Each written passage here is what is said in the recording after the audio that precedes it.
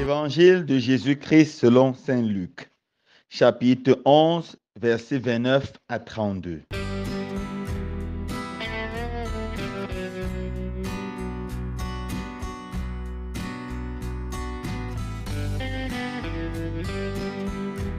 En ce temps-là, comme les foules s'amassèrent, Jésus se mit à dire: cette génération est une génération mauvaise. Elle cherche un signe, mais en fait de signe, il ne lui sera donné que le signe de Jonas. Car Jonas a été un signe pour les habitants de Ninive. Il en sera de même avec le Fils de l'homme pour cette génération.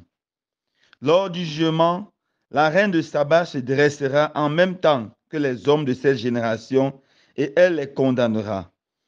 En effet, elle est venue des extrémités de la terre pour écouter la sagesse de Salomon. Il y a ici bien plus que Salomon.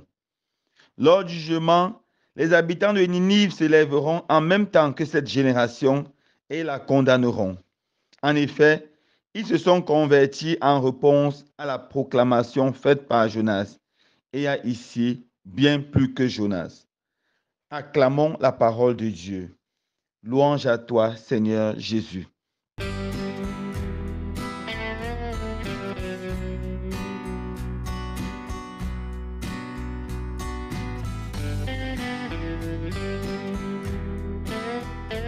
Frères et sœurs bien-aimés, dans l'évangile de ce jour, Jésus met en garde les hommes et les femmes de son temps, les hommes et les femmes de sa génération. Il se rend compte qu'ils viennent l'écouter, non avec un désir sincère de connaître Dieu et de se laisser toucher et transformer par la sainte parole de Dieu, mais simplement par curiosité. Ces hommes et ces femmes aiment voir des signes, ils aiment voir des miracles. Et plus ils voient des signes, plus ils voient des miracles, plus ils veulent voir davantage. Ils ne comprennent pas le sens même des signes et des miracles. Ils sont avec Jésus depuis un bon bout de temps. Ils ont vu Jésus opérer des signes et des miracles. Ils ont vu Jésus guérir des malades, chasser des démons. Ils ont vu Jésus ouvrir les yeux des aveugles. Mais ils demandent encore des signes. Ils veulent voir davantage. Ils veulent satisfaire leur curiosité. Ils ne veulent pas se laisser transformer par la parole de Dieu. Voilà pourquoi Jésus les met en garde et leur dit: vous n'allez avoir que le signe de Jonas. Quel était le signe de Jonas? Le signe de Jonas, c'était tout d'abord celui-ci. Il a prêché dans la ville païenne de Ninive encore 40 jours et le Seigneur détruira ces villes. Devant cette prédication forte, le roi a invité tout le peuple à entrer en jeûne, en pénitence et à supplier pour implorer le pardon et la miséricorde de Dieu. Et finalement, Dieu s'est repenti et a pardonné totalement à son peuple. Voilà le premier signe de Jonas, le signe de la conversion. Ce signe, c'est la conversion que Jésus annonce au monde entier. Nous savons tous comment Jésus a commencé sa prédication. Le royaume des cieux est accompli. Les temps sont accomplis. Convertissez-vous et croyez à la bonne nouvelle. Marc 1, verset 15. Le deuxième signe de Jonas, c'est le fait d'avoir passé 3 jours dans les entrailles du poisson et puis d'être sorti pour prêcher la bonne nouvelle.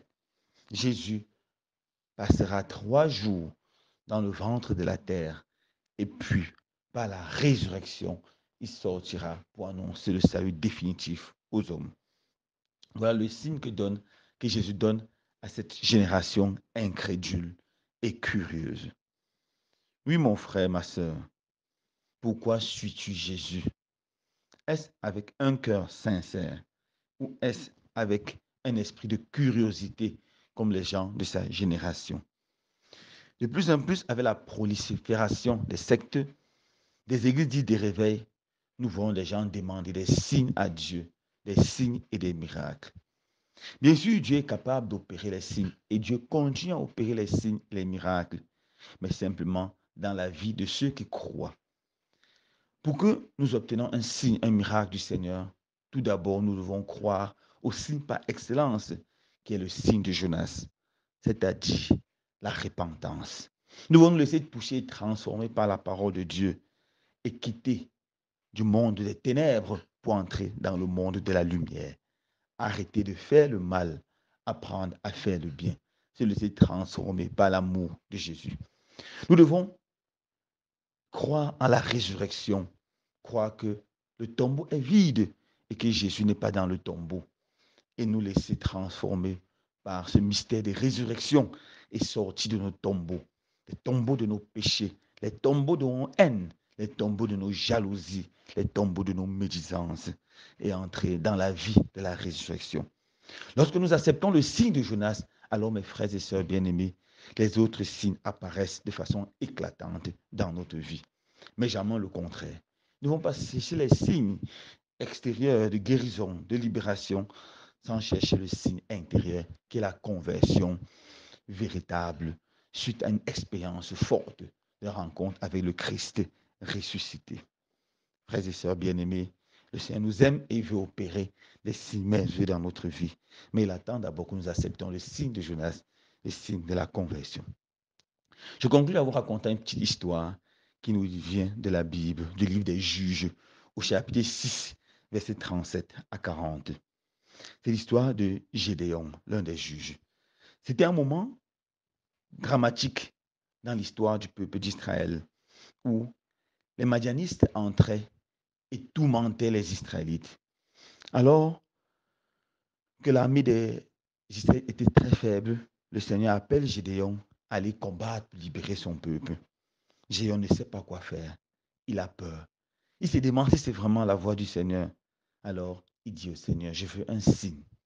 Et il prend un petit bout de bois, il met à l'extérieur. Il dit, Seigneur, le signe que je te demande, c'est que le matin, qui est la rosée, seulement sur ce bout de bois et sur aucune autre herbe qui est à l'extérieur. Le matin, il se réveille et il se rend bien compte que le Seigneur a écouté ce qu'il a dit.